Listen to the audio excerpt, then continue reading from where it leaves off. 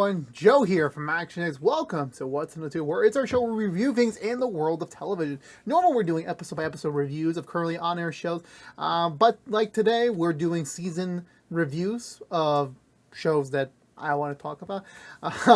Next week, as of this recording, High School Musical, the series season 4, the final season, will begin airing. Well, actually, it'll drop everything at once this time next week. So I felt like it was appropriate to go back to the beginning. We're returning back to East High after, I think, more than 2 years since season 2 wrapped up. So to return us back to East, well, for me to return back to East High for season 4, it's time for me to go all the way back to the beginning, just see how things are. And from what I vaguely remember from 2 and 3, because it's been a while, there was a pretty big considerable gaps between seasons, because, there was a pandemic, and then after that there was like a cast shakeup, and just, them trying to do different things, and, now we're finally, finally docking the ship. So I'm like, I need to go back to see how the ship first sailed. And having now just rewatched the entirety of season 1 in a binging format. When I originally watched it, I reviewed every episode individually as it came out week to week. Because this came out as soon as Disney Plus launched. This was one of the debut titles. And that was a reason for me to pick up the platform, because for me growing up, I was a big High School Musical dork. I did not see the first movie live, but I saw a rerun on Disney Channel, I think about a few months after it came out. And then I saw the sequel day one. I was in the first viewing, and it's still, I believe, the biggest Disney Channel original movie premiere of all time. I don't think anything else will ever beat that. It will forever hold its place in history on television. And then the last one, senior year, I got to see in theaters with my friends for my birthday. So that was pretty special. And yes, Sharpay's Fabulous Adventure was a legitimate thing. And then after all these years, back when Disney Plus was the thing, they now were making a High School Musical show. It wasn't in the universe of High School Musical. It was kind of like our own universe where the movies were movies. The actors are just regular actors. But this is a new cast of characters within the real-life East High as they embark on their own journey for High School Musical, not just, making it into a school musical for them to perform, but also allowing them to make their own marks on the legacy. And honestly, I have a little bit of a different perspective now, because when I reviewed season 1, so many years ago, I feel old saying that. I kind of grew up with this cast. And I say that because, I'm older, so I'm like, I watched them grow up, and I watched them get better every season. I watch how, everything changed with the direction of the story, and I honestly can't wait for next year when I rewatch season 2, and I'm just like, how different of a change things are. But with here with season 1, I think, it is the best example of how one of the best examples you can do of you're taking back something from the past and trying to modernize it, but also respecting what made the past work, where this does not feel like a carbon copy of the original movie. This does not feel like every character is it's this version's Troy or this version's Gabrielle. Everyone embodies an element of the primary characters, which makes it different. Sometimes they'll have a completely identical storyline to the original character, but sometimes they're taking apart, different pieces and kind of colliding them into the story, as well as bringing something new to the table, bringing something fresh, and allowing them to go forward and not just add to the legacy, but make their mark on this legacy. Which again, I don't even know how they're gonna do it again. They better make a High School Musical 4, a real one down the road. I mean, I know Zac Efron is probably expensive as hell right now, but come on, man, you could do it. You could do it, and you could do it. But yeah, going into season 1. So enough about the backwards. Going into season 1, this is a spoiler-filled review. I'm spoiling the crap out of this. I wasn't able to do this last time 4 years ago. 4 years ago? 4 or 5 years ago, around that time period. I feel old saying that. Now I'm here able to finally give my full thoughts. Actually, was I 21, 22 when I first reviewed? I think I was 21. Was I legal by then? No, I couldn't have been. Was I? No, I was 22. My bad. But yeah, so going into it, spoiler-free thoughts. It's similar to what I said last time many years ago, where I think season 1 is very entertaining. He continuously surprises you, where these characters are ever changing, and it's a slow reveal. Where some shows, they immediately put out all the characters. This is how they are, and that's it. You're in a whole season with them, and then you obviously get the character development from there. This was both we got to see them grow and develop, but at the same time, you got to know more and more layers of these characters as you progress through each episode. And by the end of it, you're like, this is the cast, this is the characters. And I felt by the end of, like, even, like, I think I want to say at the end of episode 6 or 7, I'm like, this is a genuinely authentic group here. Where, for me, it's all about the characters. I say this in almost every review I do, every season review. The story can be complete crap, but if the characters are engaging enough and they have a story to tell, you will stick around for it. It's, you know, I remember, like, the prime example, Arrow season 4, complete trash. Okay, not complete trash, but, like, it was, like, the worst of the 8. But I kept going because the characters were intriguing. I want to see what they're going to do more, what they're going to do next. And that was kind of like my motivation to keep going throughout that year. Here was like, you have an engaging story. We're like, okay, it's high school drama.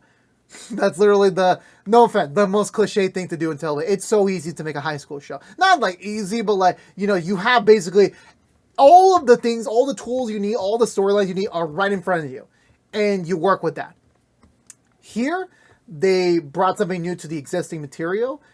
Because not only, you know, we get the parallels between how High School Musical 1 did it as a movie, but here with the show, you get to see the parallel as well as what is different. What is the different point of views that we see with each character and how everyone, you know, contributes to the story in a different way. Where in the original movie, I argued that as much as, you know, Troy is the leading man, it's also Gabriella's story as well. This being a little bit different here where, honestly, I felt going into, like, originally when I first started episode 1 4 years ago, I honestly thought, okay, Ricky would be our primary character. And then I swapped. Because the more we got into the story, and the more like, no, this is Nini's story. But at the same time, it was also everyone's story. Like, everyone had a role to play. Everyone had a part to play. And, you know, people you expected to be what they are were not. And then we kind of went along to it. It redefined the cliches and did something new. It did something like, hey, by the way, if we have a conversation sometime, we can avoid certain things. Or at certain places, it's just like, it was just a misunderstanding. We're not going to drag this out any further than it needs to be. Done and done. And it's like, it makes 4 months of school go by so fast. It really does. And by the end of it, I think I enjoyed this viewing more than the original time I saw it because I got to see the entire story. I knew where things were going. I knew how it was all going to play out. And the way each episode flowed into the next was nice and organic. And this was one of the cases where, like, Disney Plus, honestly, at times has struggles to, like, make TV shows for some reason. Like, MCU and Star Wars has their shortcoming. But, like, here's, like, okay, it's not super long. It's only 10 episodes. But the fact they managed to do exactly what they need to do in 10 episodes, I would have preferred like maybe 12 episodes, which the next season we'll get, because I like these characters. I like seeing the story. I would have liked it. But honestly, at the end of the day, everything felt so perfect. Like, you only need 10 episodes, 10.5 hours, 5 hours, and you told your story. And that's it. And I think they did a phenomenal job, not only just starting their own legacy, respecting HSM1, but as well as, you know, introducing themselves to the world, and that allowed them to stick around for now more than for almost now 4 seasons. But with that being said, I'm going to get to the spoiler part. So if you haven't seen High School Musical, the series, season 1 yet, you can go check it out right now on Disney Plus. So go check that out right there. Remember, season 4 premieres next week. Also, before I go any further, we reviewed the original movies, all 3 of them, including Sharpay's Fabulous Adventures, For the Life of Me. So there's a lot of High School Musical content for you to enjoy right now. At your fingertips. But now here we go. We're going to the spoiler-filled section, and we're golden. So, I have no idea where I want to start off here, but I will remind myself that, you know, I am as I said before at the top, I am a big High School Musical fan. There's always that point of the year where I'm on my phone and I'm like, I'm craving an HSM song. I'm craving something like, okay, if I have to rank them, it's probably 3, 2, and 1. So it goes in that order. I know people are going to say, oh, 1 is the best one to me. I know it's the one that started it all, but 1 is like, you know, my weakest memory one. 2 was like very high up there with the quality. 3 was just like the cinematic events. So I'm like, every one of them has their own mark on history. So 1 being like, it's a beginning, like it was so DCOM era, like, you know, it was just a traditional DCOM movie. And then, you know, obviously with 2 goes into its own thing. Here was like, you know, when you first started the first season, there were points where, do they know what they want to do? Do they know? And honestly, you know, again, the way they transitioned from like the movies to the show was like, It was seamless. It was a little bit like retro, where like the first episode begins. We're cutting from the "We're all in this together" song at the end of the movie, and then we're transitioning to present day Albuquerque, where we are in East High, but it's not East High. It's a different school. I forget what the name of it, the actual name of the high school is, but it's still called East High. And like, because obviously they got to respect their fellow TV heritage. And it opens with Miss Jen, the new drama teacher in East High, who is a big fan of the High School Musical film, but also has her own personal history with the films. And her arrival in East High kind of like, in a way, changes the story to every one of the characters that is involved here. And honestly, like, I was actually surprised at how many actual kids like actually watched High School Musical. Like in my schools, I've never seen anyone even mention once High School Musical. No one whatsoever. So I was just like pretty surprised. I mean, obviously it's a TV show. They're obviously in the script, but I'm like, it's a little non-believable to think that over 40 kids like actually has an interest in High School Musical and they're willing to put on a musical stage for this. And again, like the way it's like, how it starts off the story, we're like, we're sliding into our new cast of characters, the new cast that will be inheriting the Wildcats name. We had the first generation of Wildcat. These are the second generations of Wildcats. And, when we meet Ricky and Big Red, and then we also meet Nene and Courtney, again, like this seemed like, traditional, like something happened during the summer. And then like, we're just being very vague about it until like the beginning of we're like more into the episode. And then it's like, immediately, like as I think I watched one trailer when season 1 came out. I was like, I'm very into it. I'm very excited to see what their renditions on the songs are going to be, what new songs they're going to bring to the table. Because honestly, they weren't just going to like make all the songs and that's it. That's their soundtrack. No, I knew they were going to bring new take because like, especially Olivia Rodrigo and Joshua Baston, who plays Nene and Ricky. They are musicians. They've done songs on other platforms. So I knew they were going to bring their own flair to the table, and they did, and it was phenomenal.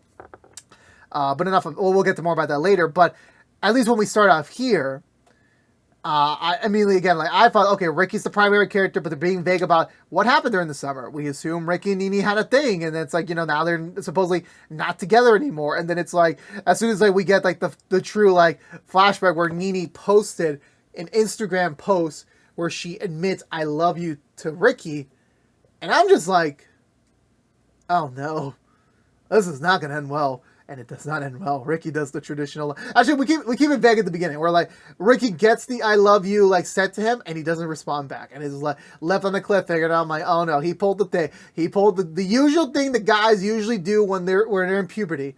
They're afraid to admit their feelings. They're afraid to admit their emotions. And I'm just like, damn it, Ricky, like, I hate you right now. I hate you. It's like, I hate you. Like, literally this entire first 2 episodes were literally just like anti-Ricky propaganda. Like, honestly, the discourse online was like, who are you, Team Ricky or are you Team EJ? And I'm just like, we're not doing this whole Team Jacob, Team Edward thing again. We're not doing this again. Like, for me, I survived the generation. I'm not doing it again. I'm not. And honestly, even like looking at EJ, I'm like, this doesn't look well. Anyway, I don't like Ricky, but also EJ does not look legit to me. And spoilers, he does not look legit at the end. And I'm just like, yeah, this is definitely not the this is not like the direction I want the social media promotion to be. But then when like, things start to get on the rail where like, we have Principal, I think his name is Principal Garcia, but I call him Principal Ernie because he played Ernie on George Lopez, which I watched a lot of times when I was growing up. So I'm like, I just call him Ernie because like, you look like Ernie, you still look like Ernie, you look older Ernie. I hope you're doing well, Ernie. And he announces we have a new drama teacher, and and as much as, she's going to do a very cheap production for this year's school musical, she's going to be performing High School Musical, the musical. Which I'm like, I completely forgot that, yes, there is technically a version of High School Musical in a musical form for any school to use. And apparently Eastside has never done it, which I'm like, really? Like, honestly, I felt like, like, in story, like, would have made sense for, like, at the 10-year anniversary to do one, but, like, the drama teacher never thought, hey, we had a High School Musical, like, movie, like, a series filmed here on set. We should make a musical based on the movies. Like, that never crossed anyone's mind. Like, really? But, like, anyway, she does. And, like, everyone, honestly, like, the entire room, like, lit up. Like, oh, my God. That is the coolest idea ever. We're definitely going to sign up on this. And, obviously, the way she motivates everyone, that, like, this could be a redefining moment for your life. This could be the beginning of something new for you. And I'm just like, I love it. Sometimes they just squeeze in songs naturally into the conversation. I'm just like, it works. It should be corny for me, but sometimes it just works. It's just that magical, like, it somehow works. It rolls off the tongue. Everyone understands it. And especially for Nini, who, like, a little backstory on her by this point, where, like, she's a big musical dork. She's a big theater dork. That growing up, she's always wanted to be the lead in a play. And then last summer, after Ricky, did not say I love you back to her, she kind of went away to summer camp and she performed a rendition of some musical I never heard of, but I'm pretty sure it's a classic somewhere else. And she was the lead in that show. And since then, she's like, yeah, going forward, I need to be the lead. Like, I can be the lead. I can lead the show. And hearing her this, like, the chance of, like, playing Gabriella, and it's, like, such a big deal for her, because, like, this will be her first real credit of, like, I can do this. I can't. Obviously, it's not going to be as simple as that, but I'm like, you know what? Believe what you want, girl. Believe what you want. You dream what you can dream. And then as, like, we get to the rest of the premiere episode, like, introducing the pieces of our character, we meet EJ, and I'm gonna be honest with y'all, I remember my first year was to do, I always have to have that one character in every review show I do, and I don't like this character, and I don't like this character. EJ was that character. I looked at him, I'm like, I don't like you. I don't like you. There's a reason I don't like you. You're just too likable. You're really too likable. There's definitely some darkness in you, or, like, some, like, shadiness to you. And spoiler alert, I was right. I'm always right, ladies and gentlemen. Know that about me. I am always right. And if I'm ever wrong, we don't talk about it ever again. And, the way the story was going was, like, at this point was, like, it was, like, simple jealousy to get Ricky involved in the musical process.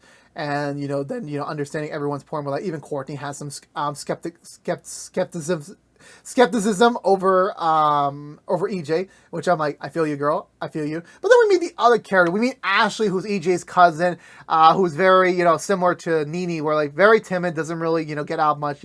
She keeps to herself mostly, not really able to fully express herself anywhere else. Then you have Carlos, who immediately becomes Miss Jen's, right-hand man. Basically the co-director of the show, leading the ship. He's a big High School Musical dork, and he's been waiting for this opportunity all of his life to, like, really take charge in something. And, here it is, finally, the moment has come for him. And then you have the mysterious Gina, who it's like, honestly, the way they shot her in this episode, like the first couple episodes, were like, she's just in the background. And it's like, I didn't even know about her. Like, I saw her in the poster, and I'm just like, who's this girl? Like, is she going to be important? And then she slowly started slithering to the front, and I'm like, oh, this is going to be good. This is going to be really good. And again, it's all about redefining expectations. Where, like, in the first episode, I thought immediately, okay, Nini's our main character. EJ looks like a two-faced person. Ricky's an asshole. And Gina's going to be the new Sharpay of the show. And immediately, like, even by the time we get to the halfway mark of the season, I'm like, that is not where the story got. It does not. And, they do the cliche thing, like, that, and honestly, Miss Jen kind of, even she knew about it, where, like, she knows, like, subconsciously, like, when they get to the auditions and, they're doing all the characters in order, especially for Gabrielle and then for Troy, she knew, like, realistically, EJ and Nini could be the Troy and Gabrielle for the play. But then the moment she saw Ricky, and the moment she saw, like, there's some unresolved tension between him and Nini, she knew deep down, like, there's something here. I shouldn't do this, but I'm like, if I do this, if I give him the role, this could be a very great thing for the performance, or this could be the worst bonfire. I could be fired before the end of the Christmas break. And honestly, by the time they announced it, and I just remember that first episode reaction where, like, Ricky is Troy, Nini is Gabriella, but, like, the big discourse was, like, he just like, oh no, bro, what did you do? Courtney's like, oh no, what did you do? Big Red's like, oh great, what did you do now? And I'm just like, I love it. I'm like, I'm already in on this. And then, like, once you start progressing further in the story, where you do have, like, like the main motif, like the main structure is, like, they're going for the actual production of High School Musical, where, like, unlike the movie, where, like, the whole, ironically, now that I remember, when I was rewatching, I didn't know this when I was growing up, the original premise of High School Musical, the whole, plot device is that this wasn't the musical itself. It was auditioning to be the leads of the next musical, which I'm just like, damn, I didn't even know about that. So technically them, like, doing this is something we did not get to see, and nor, like, we saw aspects of it in, like, minorly in 2 and 3, but, like, we never got to see a full actual, from start to finish of the musical. We never saw that. So this definitely already had, like, it was different, especially when you already have the drama of, like, Nene is trying to move on from Ricky, trying to be a good girlfriend to EJ. And, everyone just slowly finding their footings in, like, this new family, this new drama family, this new Wildcat family. And everyone, like, is very much timid and very much reserved about, like, I don't want to be here. This isn't what I wanted to do. This isn't the role I wanted to be. But guess what? We're stuck here. We're tied together for the next 4 months, and we're going to put on a show somehow. And I feel like this is the perfect time to get into the characters as we're, like, kind of structuring through the rest of the story. Starting with my gal, Nene, where, like, again, I mean, eventually, by the time we wrapped episode 2, I'm like, I knew, like, yeah, for sure, this is not about Team Ricky. This is not about Team Asia. This is about Team Nene. This is about her, like, figuring out her own independence, figuring out that she can be able to, like, lead a ship. She can lead a show. She has the strength to actually believe in herself that, yeah, she can be the lead in a play. And this entire season going through, like, the ups and downs a little bit. Honestly, it wasn't even the romantic points, like, that really intrigued me. I didn't care if she ended up with EJ or Ricky by the end of the story. I didn't care. I just wanted her to, like, self-empower herself, trying to figure out, like, how do I get the strength to figure myself out. And, honestly, every episode is kind of something different, where, like, the first 2 episodes were kind of just her, like, trying to balance her, like, her new relationship with EJ, but as well as trying to distance herself from Ricky, not trying to, like, be on his, like, his fingers anymore, because, before she used to be, like, not like a puppy girl, but a puppy dog, like, to him, but, like, definitely she would be, like, rolling over for him a lot, that she would, like, make sacrifices, make, like, any decision revolving around Ricky, and then, that's kind of how it is. Now she's like, no, I'm taking control of myself. I need to figure out what I need to do. And especially that flows into her brief rivalry with Gina, where, like, again, it's like it's in a way paralleling Gabriella and Sharpay, where, like, Gina at this point in the story has only cared about, I need to be the lead. I have worked so hard. I have a lot of experience previously. I can be the lead. I can show up what I can do. And the Nene, in the other side, is like, well, I want to show up what I can do too. I'm not that determined like you. Well, I'm not that determined like what you're trying to do, but I definitely know I can do this, and I just need to find the motivation in myself. But she does admit that she does get really, really, really, I forgot the word. It's, she's really self-conscious about herself when she's around Gina, where there was an episode later on where, like, Gina is redoing the cafeteria dance during the song, Stick to the Status Quo. And she's trying to, like, come up with this complex dance routine for her and Nene, but I'm like, in the movie, like, Gabrielle just stands there like a character. Like, I understand they were trying to modernize some things. For example, Ashley, who plays Miss Darbus in the musical, Miss Jen decides to give Miss Darbus her own song, which honestly is a valid improvement. Like, Miss Darbus, low key, is a driving force in the movies as well. Like, she definitely does her best to, like, try and keep Troy and Gabriella together, keep them motivated, keeping them, like, yeah, here's this entire thing to keep you guys insane with each other for the next couple months. God, I love that woman. I can't wait to see her again in a couple weeks. But yeah, so going picking back off that.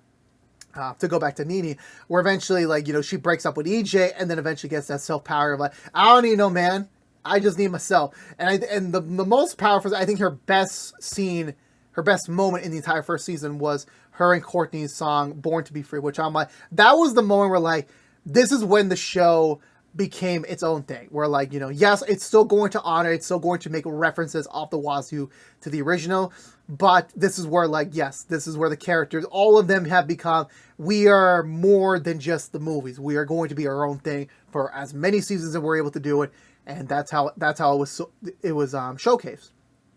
And then you had all the mini things. I feel like Nene's line kind of went down a little bit, where, like, once the Ricky and EJ drama was kind of, like, subsided a little bit, and, like, they kind of have this, like, okay, we're stuck together and we're not dating the same girl anymore. Like, we're not interested in the same girl at the current moment. So I'm like, we'll just keep doing our own thing. And then Nene's like, eventually, like, okay, so they're not fighting over me anymore. But then, like, at the end, where, like, at the end of the season, where she gets the inspiration to, like, further explore her craft, see if, like, she can maybe, like, discover more about what she's able to do going to a private school, a private program, to focus more about her development. It definitely it opens the door for her to do so, but at the same time, she eventually, like, in a cliche way, falls for Ricky again, but this time it's a more different, more mature way, where, like, Ricky's actually earned her romantic intention. Where like before it was just a crush. Now it's like, okay, Ricky's actually grown. He's actually like starting to care and actually like trying to be a different, better person. This is like someone I can truly be attracted with. And yeah, okay, it is what it is when, you know, when they get back together at the end. Like, again, I'll have more thoughts about that when we get to season 2 and 3 in the re-reviews. But at least at this point, it is mostly earned. Like, I would say, like, it's kind of like, you know, you really want to pair them up so they can do, like, all the HSM 2 and 3 songs so that it makes organic sense for the story. But at the same time, it's like, you know, it is what it is by that point. So I kind of really, I expected that for that at the end of the day. So then going into Ricky's character, we're again, episode 1, 2, like even 3, I hate this guy. I do not like this guy at all. Why is he on screen? Is there any way we can write him off the show sooner or later? Because again, like the way you do it's like, you know, obviously like, you know, he ran away. He did the cliche like, we need to take a break after she's professed her feelings for him. And I'm just like, dude, you don't do that.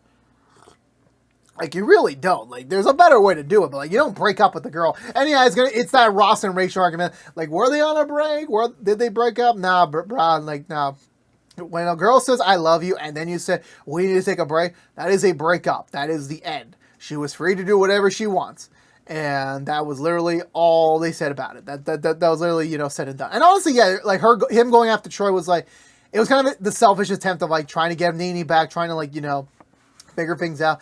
But honestly, as the story progressed, like, they made Ricky a likable character by the halfway mark. I think the thing that resonates for me, and again, it's a moment of weakness for me, you know, when you have these characters, like, you write the storylines for them, you write their backstory, you write what they're going through. You eventually come to a point where, like, as a viewer, it's like, oh, I can relate to this.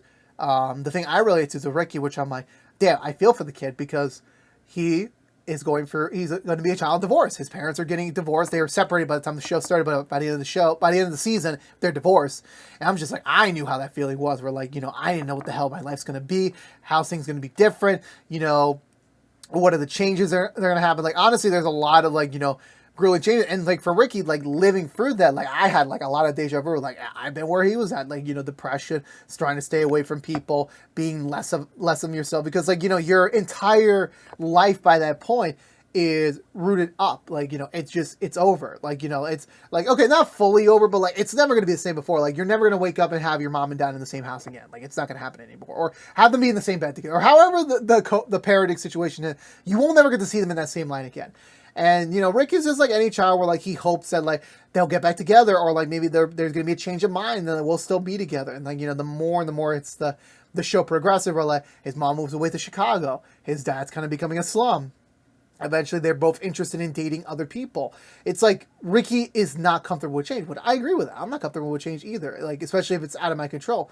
But at the same time, like, you can't just run away from it. You gotta kind of, like, you know, face off to it. And, you know, him having not, like, have a support system anymore, because, like, as, you know, as this is happening at the same time, he's realizing he made a big mistake with not getting with Nene, like, keeping Nene. Like, he made that big mistake where, like, before, yeah, Big Red's his best friend, but, like, for him, like, his girlfriend, Nene, was, like, the number one go-to. Like, if he needed advice, if he needed a shoulder cry, she was there. And he purposely, like, pushed her away. So, like, there were moments where, like, he just is immediately, like, whipping out the phone, ready to call Nene, and he's like, wait. We're not together anymore. We're not a couple. I can't do this.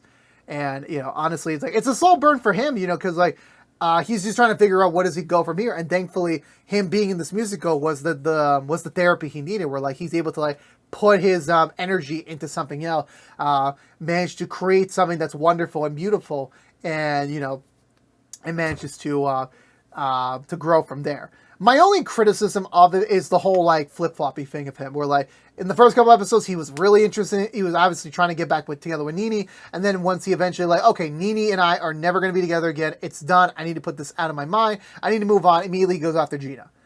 And again, it's organic. We're like, you know, it's similarities. We're like, both of them are kind of alone in a way. They're both loners. Like, you know, Ricky might have his best friend. He might have some friends. But, like, in reality, he doesn't really have anyone that he can really depend on. He doesn't have anyone he can really, like, you know, talk to about this. Gina, and we'll talk more about her in a second, but, like, what her character, as her character starts to unfold, it's like there are similarities between them. Not, like, direct similarity, but, like, emotional similarity, where, like, they're missing something. They're missing someone. They need, like, someone in their life to really, like, you know, make it all work. And honestly, like I'll give kudos to this because, like, again, like I talk about in a future spoiler sense, where like real life things happen and they had to change the story up to move around certain characters that allowed certain more opportunities to happen. And I was actually very thankful they set more stuff here in season 1, where like it was more organic with the changes down the road. So I really appreciate that for them. So Ricky and Gina's relationship, like, honestly, it's like really organic, where like you get to see these two, like, they have literally like not that many things alike, but like the more they talk to each other, the more like they actually get to know each other. Like, okay, this person like is like we share some commonality, we do. But it's a very apparently apparent between the two of them. Like, yeah, I kind of have feelings for you. Like, you're a cool person. Like, I would love to spend some more time with you. But then eventually Ricky goes back again to Nini towards the end, because like Gina leaves, and then like he's like, okay. Then there's Nini. They get closer because like again they're approaching the end of the production to get to opening night, and between them they're just like, it sprouts again. We're like, again, like, it's a love triangle for a reason. That's the number one cliche thing about every sitcom, every romantic, movie, everything. There's a love triangle. There's the guy that everyone wants the girl to be with, and then there's another guy. Or, some reversal of that, in the different gender roles. And, with that, like, for obviously people are going to go with Ricky and Nini because, that's just how they are. Like, they just have this deep family connection where, I want to say after Ricky's mom returns back from Chicago and she announces officially they're getting divorced, Ricky literally was a mess. He went to Big Red's trying to sleep over, couldn't do that. And where does he go to? He sucks it up. He goes to Nini's house. Her parents still welcoming him, like, with open arms, considering them, like, yeah, you're still a friend. You're still part of our lives. We're not going to alienate you just because you broke her daughter's heart. But, like, you were good people. We're good people. And then, like, Nini, like, at that moment, like, okay, I'm sorry. Like, I'm going to put aside every negative emotion I have about you. Like, actually, like, realize that you need help, too. You need someone to cry on the shoulder with. And that was kind of like the beginning of an organic friendship again, where like when we get to the second half of the show, it's like they're kind of being friendly with each other. Like, when they're doing like the poster recreation and she's just laughing at Ricky, just like hey, we're friends type of ordeal. Like, it's natural. Like, they slowly healed parts of their trauma, parts of their pain, and they got to evolve to their like a potential next step to their relationship. And so by the time both of them kissed at the end, it's like, it's similar but different. They're still like the puppy love dogs that they are, but like now it's reciprocated. Now it's like they both went through a lot. It's like the sense of like you don't know what you miss when it's gone, and very rarely do you get it back. And Ricky and Nini were like in lucky possibilities to like eventually be able to like get each other again and a bit better too. We'll talk more about that in season 2. But overall, they did a whole good like 90-degree turn with Ricky, and I like that's the story I want to hear. That's like the comeback story. I really want to hear that. But I think the biggest character, like, for me, like the big trinity of HSM, for at least at this point, is Ricky, Nini, and Gina. Where Gina, like, I immediately went into, like, I believe episode 2, thinking Gina is the Sharpay for the season. She is the rival, she's the antagonist, and we're going to go from there. And I'm like, cool, I can't wait to see how this goes. And then by the time we reach the homecoming dance episode, and it's, like, already, like, a complete, like, we're already, like, being thrown, like, wait, what? There's a moment of weakness, and it's authentic, because, like, whenever Sharpay, like, no offense to Ashley Tisdale, but whenever I saw, like, any of the moments in 2 and 3 where, like, Sharpay admits that she lost, she admitted defeat, like, there's some weakness. I don't know why. I never found it believable. I never did. I don't know if that was the performance or just the character itself. I never found it, like, actually admit defeat. I ever, like, turn into this, like, this emotionally lost character. But with Gina, like, she very much was like the determined, I'm going to go get it. This is what I want. I'm going to get it attitude. And then when we get to the homecoming, then when, she eventually teams up with EJ because EJ and Nini broke up because EJ did a stupid freaking thing. We'll talk about him in a second. And Gina, like, took advantage of the situation to, like, benefit herself. Like, team up with me and we'll both get you'll get the role and the girl.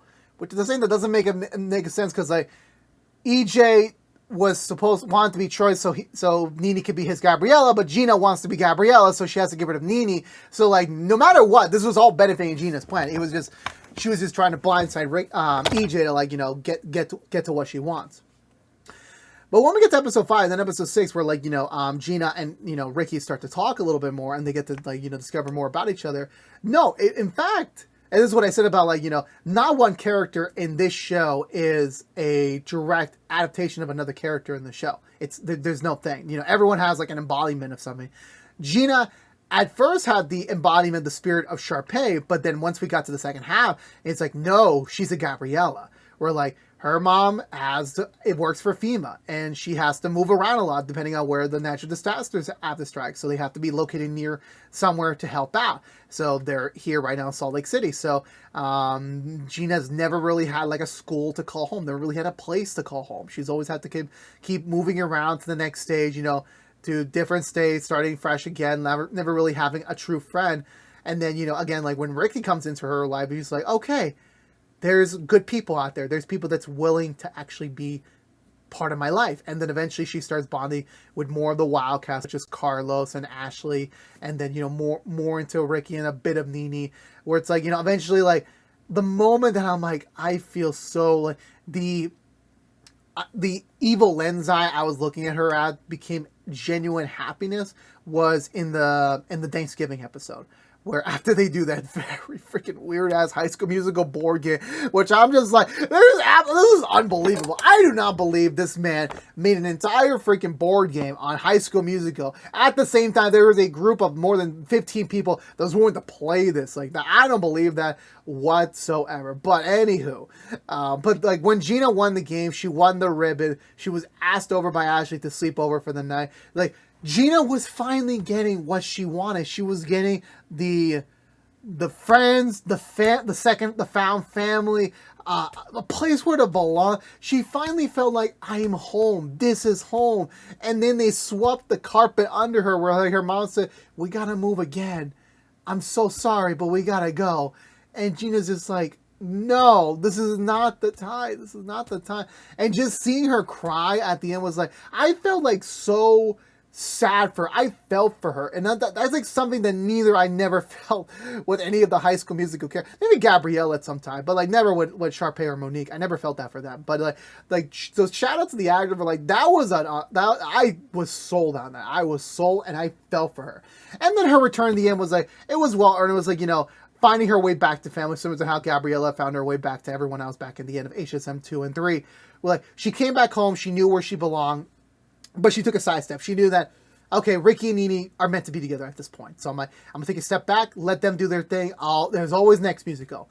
There's always the next musical. But definitely, like, I think Gina had the best character transformation of all time. It wasn't even really a transfer. It was more like an admission, like the slow reveal. And then eventually the character we ended up seeing was like, this works. This is something that I believe in and I want to see more of.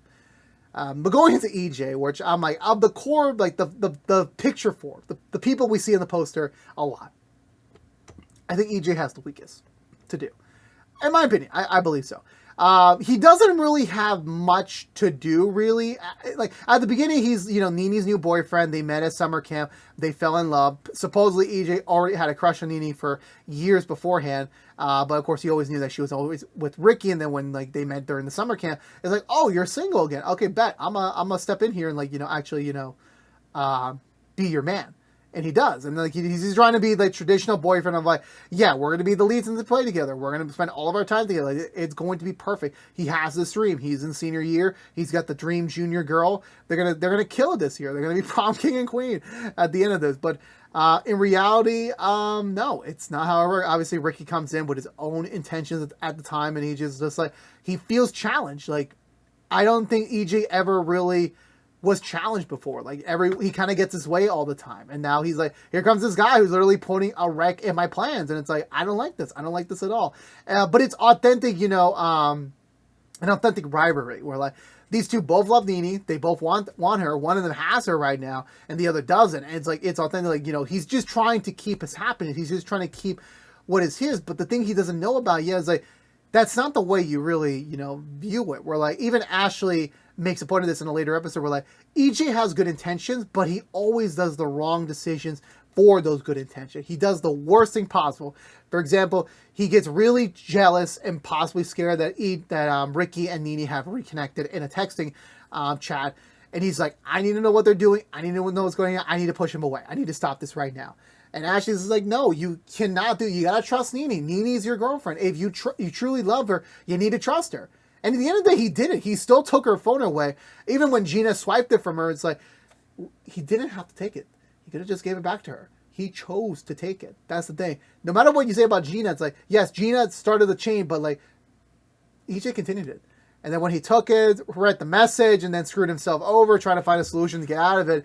And then by the time, he was inadvertently busted by Ricky because, he accidentally confessed to him, like, oh, I know about your voicemail. And Ricky assumed that, Nene told him at some point, but it wasn't. It was just like, he heard the voice message live and Nene never knew about it. And once Nene found out, like, oh, okay, I see how it is. Then she's like, completely gone. And EJ goes on this whole, like, kind of like lost path where, like, at first he's trying to like win Nene back, and then he's like, okay, that's not gonna happen. Okay, I'm gonna focus on my social media game, and nothing ever really comes of that. He tries to help Nene with mending the ship. I guess that was the only successful thing he was able to do.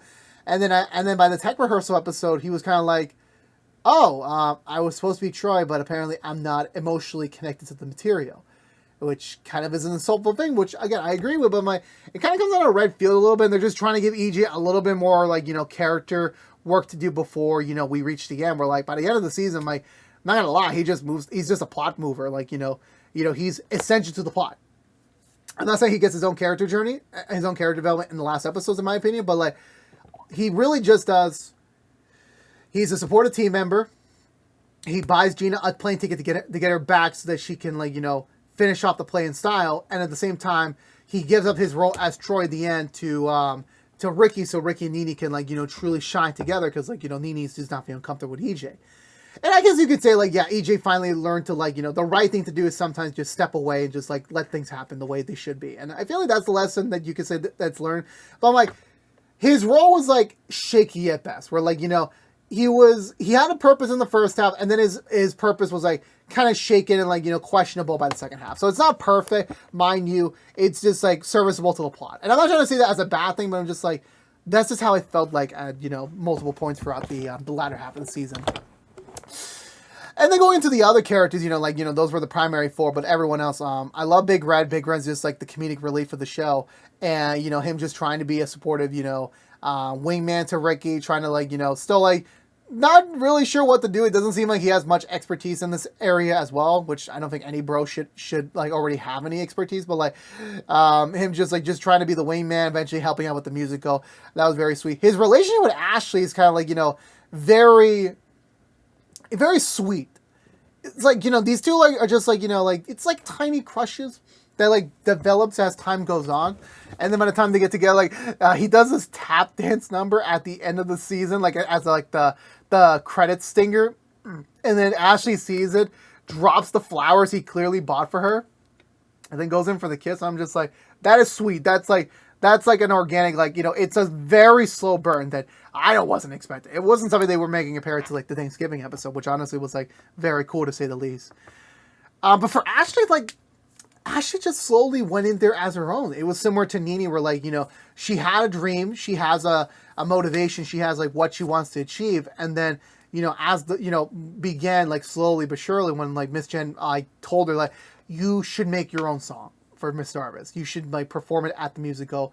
And, like, let's make your own mark with this. And, like, her slowly opening up, again, similar to, like, what I've been saying before, like, these characters, for some reason or another, they needed each other. They needed to find each other.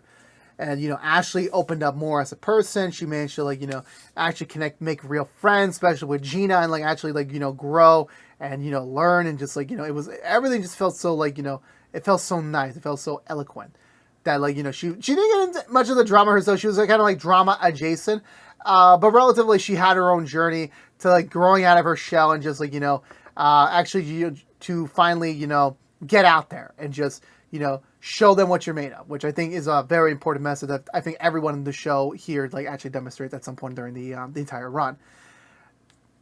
Then you have, I'm Carlos. I gotta represent my Latinos, like, my fellow Latino over there, being the dance choreographer, definitely trying to embody the ride where, like, he's got the moves, he knows how to run the ship really, underspoken, understated, but, like, immediately, like, once Jen saw him, is like, yeah, you got potential, man. You got to be my right hand. You got to, like, help me steer the ship, because, like, clearly I don't know what the hell I'm doing half the time, which I'm just like, honestly, that makes perfect sense to exactly what's going on.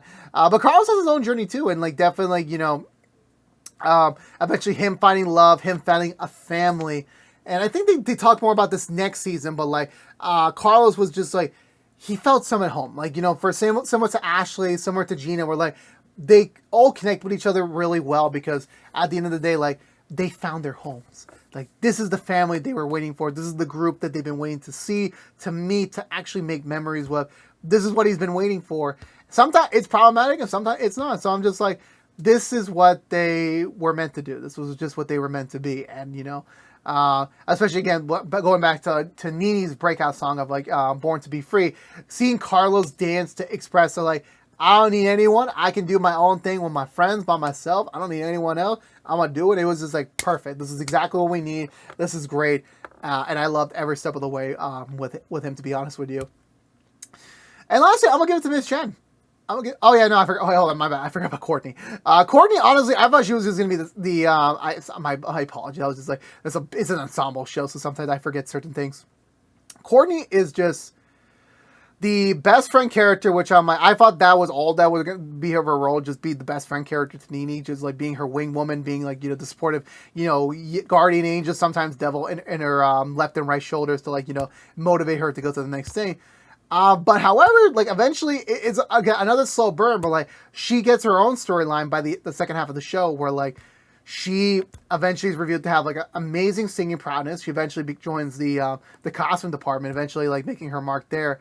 And then, you know, when she eventually reveals herself to be like an authentic singer, and you know that, you know, Miss Jen's like, wow, that was like some of like the most inspired, most best singing. And then Courtney gets inspired herself like, yeah, this singing thing is great. I want to be part of this too. Like, you know, I definitely have a part to play here.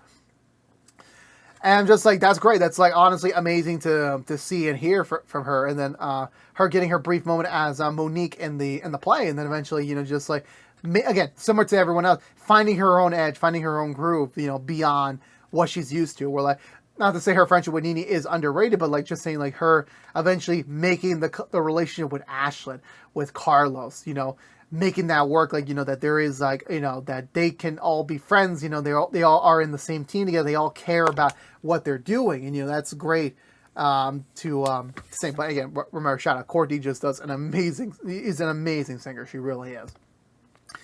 And finally, Miss Jen, you know, supposedly having the origins to like the original High School Musical, where like she was supposedly part of the movie originally, but her scene was deleted at the end of the day by Kenny Ortega, and she believes that her life was like, you know, thrown off the rails because, yeah, that scene was cut. That was supposed to be my big break, which I'm like, bro, this is a line. I don't think that was going to be meant your big break.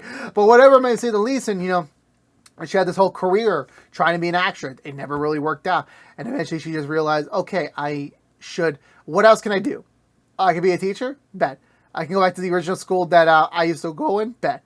And then she goes back, and then that's kind of like, you know, the song between her and Lucas Gabriel, where she goes into that, like, you know, little dream trip, that dream montage where like she's singing about like, you know, what she's really meant to do. She's not meant to be an actress. Let's be honest. She doesn't know how to be an actress, you know, but what she can do is motivate, like put the opportunities in front of the kids that she knows that, yes, you can be amazing. You can, you know, do so much more with the skills and the abilities you have. And I'm going to give you that opportunity. I'm going to give you that opportunity to do so.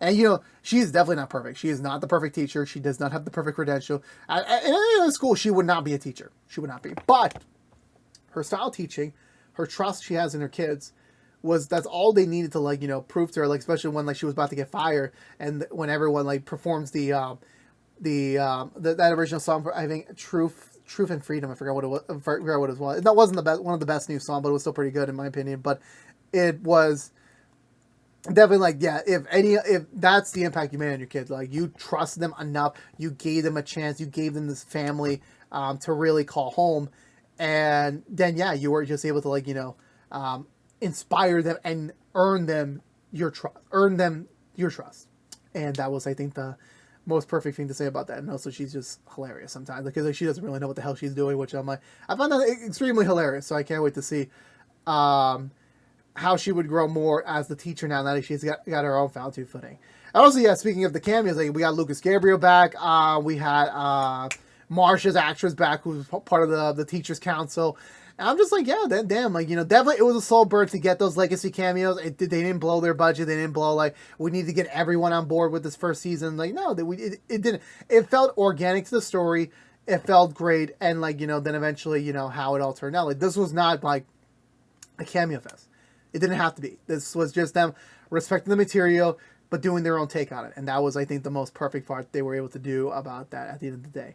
But for honestly, you know, definitely I love musicals a lot, and you know they achieved that on all fronts. They did not just respecting the classics and putting their own spin on it, but also with their new songs and you know just pushing the envelope forward to what a musical TV show can be. And definitely, I'm just like they did it. They did it justice. They did the first movie justice. They did the franchise justice. And you know, obviously, there's going to be a lot of changes and a lot of you know. Bumps along the way in the future, but like, you know, at least for now, with this first season, they did an amazing job. They did. They nailed the ship. They nailed this, like, you know, iteration. They sold the fans who are watching, like me, that trust us. We know what we're doing. We're going to make it right for you. And they did. And I loved every step of the way of it. So for now, I give High School Musical, the musical, the series, season 1, my highest recommendation of go watch it. This is a guaranteed must watch. You know, take 5 hours of your day, go binge the first season right now. It is well worth it. 2 thumbs up. Go for it. But yeah, I think that's going to do it for me today. If you're unaware. Oh yeah, please, you know, comment down below. What did you think of the first season of High School Musical, the music of the series? Did you love it? Did you like it? Did you love it? Let me know down below. I would love to have a conversation with you about that. But yeah. This has been What's the Two from ActionX. If you want to know what we're doing normally, What's the Two besides our reviews such as this one. Right now we're currently doing Nancy Drew episode review and Heels episode reviews. And starting next week, we're going to kick off with High School Musical, the musical of the series. Season 4 episode reviews start up next week. And since they're going to be dropping all the episodes in one sitting, we're going to be doing every episode, getting its own review. So it'll be a slow burn to get us through the final 8 episodes of the show. And then Bob's Your Uncle. So I can't wait for you all to see that then. That'll be starting up next week. But again, you can catch up on all of our other content for High School Musical down below as well. It's a bevity of lists, so I hope you enjoy. But again, thank you so much for watching. Please subscribe if you haven't yet. Like, favorite, share if you want to. Ring the bell and follow us on social media. But until we see each other again, for all you Wildcats out there, thank you so much for watching, all for your support. I can't wait to see you for the last season next week, for the last call, for senior year. Till next time, stay safe out there, be good to each other, and as always, peace out.